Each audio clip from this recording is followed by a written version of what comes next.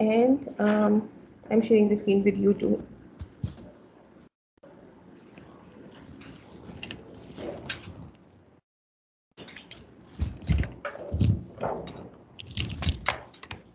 Okay, so diffusion plus the chapter end of chapter questions. Okay, so we'll see how many questions we can do today.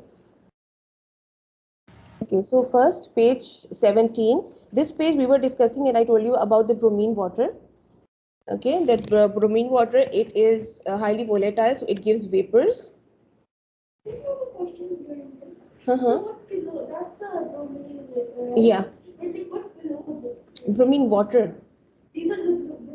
Yes, that brown one in lower gas jar, it's the bromine water. Okay, this one, this is bromine water. Okay, so it's like that in one gas jar, we fill the gas jar with bromine water. Okay, and we inverted an empty gas jar on it. We put an inverted jar. Okay, so the second picture is when bromine, it gives vapors and it fills the other jar also. Okay, through diffusion. Hmm? It's not yellow, it's brownish actually. It's the when it is filling. Okay, when the vapors are going at the top, but eventually it will be whole brown. Okay, because bromine water is brown and its vapors are also brown. Yes. Okay, so these are two pictures of the same experiment, two gas jars.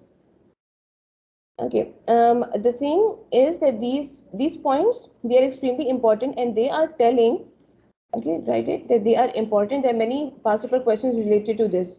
Okay, diffusion dependence upon mass of particles. Okay, so listen to it carefully. This is the last thing of this chapter, and this is very important. That mass is the diffusion is the movement of particles, right? Movement of particles. So the movement of particles, it depends upon the mass of the object, mass of the particle. So if the mass is more, what about the movement? Movement will be slow or fast if the mass is Slow. more. Yes, movement will be slow. Okay, obviously, if a person, for example, is very heavy, so he will be slow. Okay, as compared to the thin one, can move or run fast. Okay, so it's a basic rule. So the particles also, the particles which are heavier, they move slow, and the particles which are lighter in weight, they move fast. Okay, so for lighter and heavier particles, we have to take out the RFM, relative formula mass. In grade 7, you must have studied about relative formula mass in the chapter of moles. Uh, I think we did in grade 6. No, we didn't grade 7. In grade 7. Yeah, because last year I taught grade 7 too. So in Okay. grade 7, it's relative formula mass in the chapter of moles. So whatever substance is given to you, like for example, if there are two gases given to you in the question, like there's oxygen gas and carbon dioxide, and they have asked you that which one will diffuse fastest or faster. Okay, which one will diffuse faster? So what you will do, you will take out the RFM of oxygen, then RFM of carbon dioxide, and then compare the two. Okay, so whichever will be heavier in weight, it will diffuse slower as compared to the other one. Okay, so now let's do it. RFM of oxygen, for Th- example. Yes. There was a question similar to this in the worksheet. It was about these two like substances that are in the example. Yes, there are many questions in past papers also, and in these end of chapter questions also, we will discuss the questions like this. So in oxygen, we will write its atomic mass, which you can see from the periodic table. Okay, periodic table at the back of the book, and it will be given to you always in the paper also. So atomic mass of oxygen is 16. Okay, atomic mass you will write. Okay, this is just a review. Atomic mass multiplied by 2 because there are two oxygen atoms. Okay, so 16 into 2 is 32. So it means the mass of one oxygen molecule is 32. Now let's calculate for carbon dioxide. If we see carbon dioxide, then carbon is 12. Okay, oxygen 16, yeah, 16 into 2 because there are 2 oxygen atoms. Okay, so 12 plus 32 is equal to 44. Okay, now you can see oxygen molecule is 32 in weight and carbon dioxide, one molecule of carbon dioxide is 44. So which one will diffuse faster? Oxygen. Very. Oxygen will diffuse faster and carbon dioxide will diffuse slower. Okay, so that's how you will identify. You can identify that which one will diffuse the fastest. And there is an example like this in on the same page, I guess, on page 17. See these points. The important points derived from the kinetic particle theory relevant here are: number one, heavier gas particles move more slowly than lighter particles at the same temperature. Okay, so heavier particles move slowly. Number two, larger particles diffuse more slowly than smaller particles. It's the same thing, that larger or heavier particles, they diffuse slower. Next point is the rate of diffusion is inversely related to the mass of the particles. So a rate of diffusion and mass, they are inversely related to each other. So if one increases, the other decreases. If the mass is more, movement is less. If the mass is less, movement is more. Okay, so they are inversely related. Last point is the average speed of the particles increase with an increase in temperature. This also, you know, that when the temperature is increased, then the particles will absorb more energy and they start moving fast. So they diffuse more. Okay, so the speed of the particles increases with an increase in temperature. Okay, so whenever you study diffusion or whenever you explain anything related to diffusion, you have to keep these points in mind.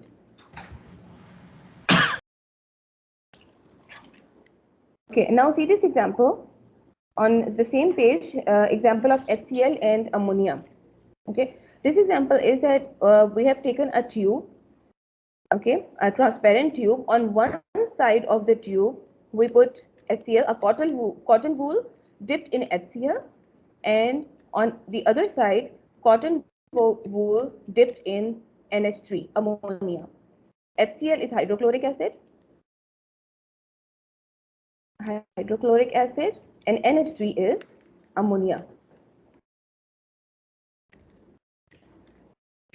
Okay, so now we have to compare these two. Now HCl, on one side we have taken HCl, on the other side we have taken NH3. Now both of these start giving vapors, okay, and their particles start moving. HCl particles will also start moving and ammonia particles will also move. Okay, and the point where they meet, at that at that point they will make NH4Cl, ammonium chloride. Okay, they will make white ammonium chloride where they meet. This is a reaction between these two. So the question is that where we will see the white cloud, a white ammonium chloride, at which point? So here in the picture you can see that in this tube, here we can see the white cloud. Okay, white cloud or white smoke which is forming of ammonium chloride. But why this cloud is near HCl and away from NH3? Why it is not forming in the center? Because the atomic mass of HCl is more than NH3. HCl, uh-huh. So NH3 diffuses faster than HCl. Because Yes, hydrochloric acid is heavier than ammonia, so ammonia diffuses faster. yes. HCl particles are heavier than ammonia particles. So HCl particles mass is more and ammonia particles mass less. Okay. So if the mass is more, then its diffusion rate will be slower. Okay. So they will move slowly and ammonia particles will diffuse faster. Okay. So that is why ammonia particles will travel quickly and HCl particles will travel slowly and they will meet at this point.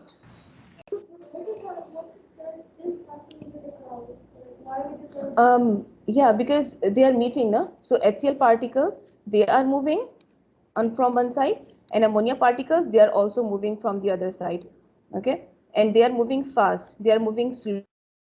Particles where they meet, they form cloud. They happen a chemical reaction. Na? Okay, chemical reaction occurred between HCl and ammonia, so it will form ammonium chloride. Okay, so if this type of question comes, and maybe instead of HCl and ammonia, any other substance is given to you, so you have to take out the RFM of both. Okay, like RFM of ammonia, nitrogen is 14 and hydrogen 1 into 3. Okay, so total 14 plus 3 is 17. Oops. Yeah, 17. Okay, and for HCl, hydrogen is 1 and chlorine mass is 35.5. Okay, you can see these masses from the periodic table, atomic mass, and it is 36.5.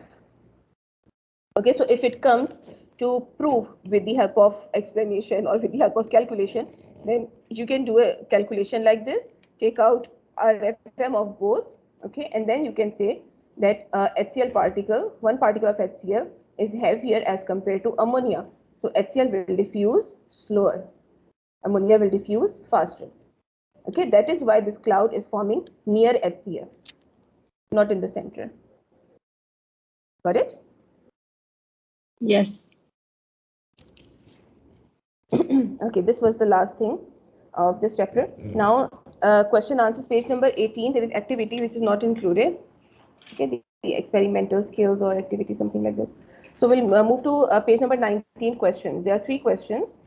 Question number 8 is simple. It's related to that bromine water experiment, because use the ideas of kinetic theory to explain why about an hour the gaseous bromine molecules have spread to evenly occupy the whole container. Okay, so you have to use the idea of kinetic theory. Now give the reference of kinetic theory. And kinetic theory is, kinetic is energy of motion. Okay, energy due to movement. So you have to tell that particles will move from high concentration to low concentration. Okay, and they gain energy. They start moving until the 2 jars are full with bromine water. Not bromine water, bromine vapors. Okay, brown bromine vapors. So in first of all, in the second inverted jar, there were no bromine water, bromine vapors, and after some time or after an hour, we can see the bromine color spread into the whole container or the whole 2 gas jars. Okay, so you have to give the reference of kinetic theory and the movement of particles to explain this from high concentration to low concentration. Okay, so this is simple. And the next question, question number 9, is related to this experiment which I just explained you. A teacher carried out a class demonstration on diffusion similar to that using ammonia and hydrochloric acid. Okay, so ammonia is, its mass is 17, okay, and HCl mass is 36.5, this one. However, they replaced the ammonia with methylamine, whose mass is 31. So in the experiment now, this ammonia has been replaced by methylamine. Methylamine formula is CH3NH2. Okay, this is methylamine. And methylamine mass is 31, which is given to you in the question. So now this ammonia is replaced. Okay, so on one side we have methylamine with 31 mass, on the other side we have HCl with 36.5 mass, which reacts in the similar way to ammonia. Okay, so in the same way, so the gas, the white smoke will form. Part A is, where would you predict the position of the smoke ring to be in this experiment? In the middle or just a little after the middle? Yes, girls. The girls who are here.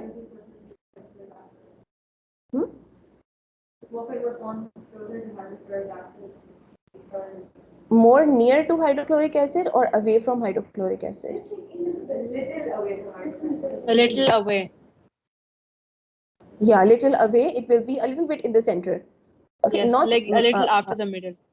yeah, not exactly in the center, but it would be like away from, more away from hydrochloric acid.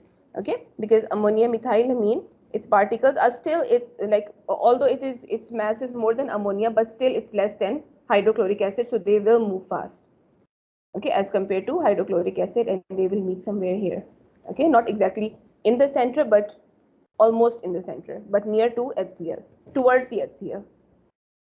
Okay, and you have to explain your answer like according to the speed, the speed of the particles, mentioning the speed of the particles. Then the other one is, other question, suggest other gases similar to hydrochloric acid that could be replaced it in this demonstration. Use textbooks or internet. Possibly acid. For the acids, you can use other acids like HBr. Okay, similar. They are saying similar gases. So hydrochloric acid, hydrobromic acid, hydroiodic acid, okay, hydrofluoric acid. So these type of gases can be used. Okay, sorry, acids. These acids can be used to Okay. perform this experiment. Okay, all of these are halogens. Okay, hydrogen with halogens. So these are similar acids.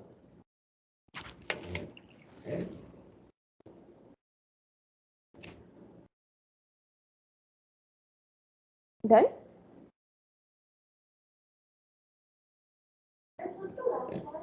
Hmm? The last one, HF, fluorine, hydrofluoric acid. Okay, hydrofluoric acid, or if it is in the gaseous form, then hydrogen fluoride gas. Okay, because these are gases also. These are gases actually, but when they are dissolved in water, then they become acids. Okay. The next question is, experiments comparing the rate of diffusion of different gases can be done using the apparatus shown in this figure. A cylinder of porous spot is used through which gas molecules are able to pass. Okay, porous spot means it has pores. It has small pores through which gases can pass and cross. Okay, any change in pressure in the cylinder pot shows itself in a change of liquid levels in the side tubes. Okay, so this one, you know that if there are two ends of the tube, if they are open and same amount of air is present on both sides, then the level of water will be the same. They will exert same type of pressure on both sides, and the level will be same. Okay, same is happening here. That in this porous pot, inside and outside there is air. Okay, and on the other side also there is air. Okay, so there is equal pressure on both sides. That's why the level of water is same, level of liquid. Okay, but on the other side, the question is, explain why the levels of liquid change when hydrogen is placed outside the porous pot cylinder. Okay, so in this diagram there is air inside and hydrogen outside. So through this porous spot, hydrogen can enter. Okay, because it has pores, so hydrogen can enter inside. So hydrogen will exert more pressure on this tube, so the water level will go down and it will rise from the other side. Okay, and hydrogen, because hydrogen gas, its particles, the mr, the molecular mass or rfm of hydrogen molecules is much lesser as compared to the air gases. Okay, so they will diffuse faster. Like this is 1 into 2. So one molecule of H2 gas, one molecule has 2 mass. Okay, so it's very much lighter in weight. So if it is lighter in weight, so its speed will be more. Okay, so it will diffuse faster. So if it diffuses faster, then it will go inside the tube. It will exert more pressure on the liquid, and the liquid level goes down. And on the other side, it will rise higher. Did you get it? Teacher, Yes, can you teacher, got it. of this question? I want to write. Beta, this question is that they're asking why the water level goes down in the second picture when there is hydrogen outside the porous spot.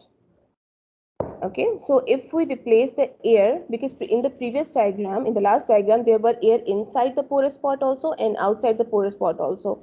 Okay, so they exert equal pressure on both the sides of the tube. But if in one side there is hydrogen gas, so because hydrogen gas is lighter in weight, it will diffuse more, it will go inside the tube from one side. Okay, and when it will go inside the tube, then it will exert pressure on the liquid. Okay, it will exert pressure due to diffusion, it will move inside the tube. When it exerts pressure, then the level goes down, and if the level goes down, then from the other side it will move up. Okay. I asked to dictate the answer. Sorry. I said I asked to dictate. Yeah. That can dictate the answer. Yeah. So I repeated it. Now is it fine now? Yes. Okay. Alhamdulillah. Now there are exam style questions. Okay, the pages in between also are not included. Okay, all the purple color skills and experiments. Summary you can read. Okay, the small summary by yourself. Now on page 22 there are exam style questions, and these questions you have to do in your copy. Okay, chemistry copy or chemistry register, or you can also do it on loose sheets. Okay, but keep the loose sheets with you properly in a file. Okay, so these questions you will do, and this will be your this week's homework. Okay, exam style questions. Okay. Sorry? No, in copy. I'll discuss it with you, and you have to do these questions. Just write the answers. Okay, no need to write the whole question. Okay, and these questions are really easy. See, a group of friends sit sharing a special meal together. When the food was put on the table, they could all smell the appetizing food. How did the smell reach them when the dishes were placed on the table? Diffusion. Diffusion. Diffusion.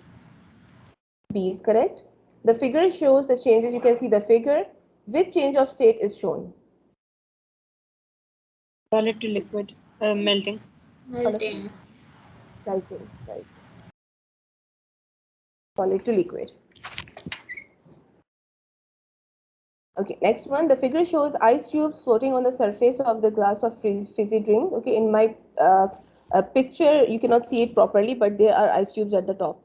Okay, maybe in the book you can see it clearly. Yes, we can. Okay. In which of A to D are the particles close together but free to move? Close together but free to move. In Yes. drink. Drink. I think drink. Drink. Close together but free to move. Would it? But that's the quality of liquid, isn't it? Yeah, it's the quality of liquid. C. So it should be drink. Drink. C. Because they are close but free to move. Move past each other. Okay. Which of A to D in the figure shows the process of diffusion?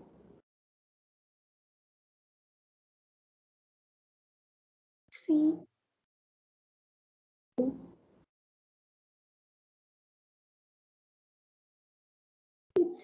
Yes, Suraj? A. Sorry? A. No. A is the B? compound. Is it B? Yeah, it's B. Correct. Because in B, the particles which were separated, now they are diffused in one another. Okay, so B is correct. In rest of them, you can see that these are compound formation. A is also compounds are forming. In D, compound is forming, First. and in C, they are molecule formation. Okay, same type of particles are combining together. So B is diffusion. Let's do part E, and then you can leave. Part E is the same experiment. Okay, cotton wool in concentrated hydrochloric acid and cotton wool in ammonia solution. Okay, when the two gases meet, they react to produce white solid, ammonium chloride. Which line A to D shows where the white solid is formed? Yes. A, isn't it? Yes, A. Correct. Okay. And then there are questions on page 24 and 25 also. I guess on 26 too. Yeah. There are more questions there. So inshallah in the next class we'll continue. Okay. And whenever you get free time, just start doing these questions and copy. Yes, beta. Okay. Question 8, 9, 10 we have to do in the copy or no? 8, 9. Yes, 8, 9, 10 too. No, not 8, 9, 10. 8, 9, 10 are chapter questions which are in the middle. So don't do them. Just these exam style questions. Okay. Okay, beta. Allah Hafiz. Allah Love. Hafiz. Allah Hafiz. Take care. Yes.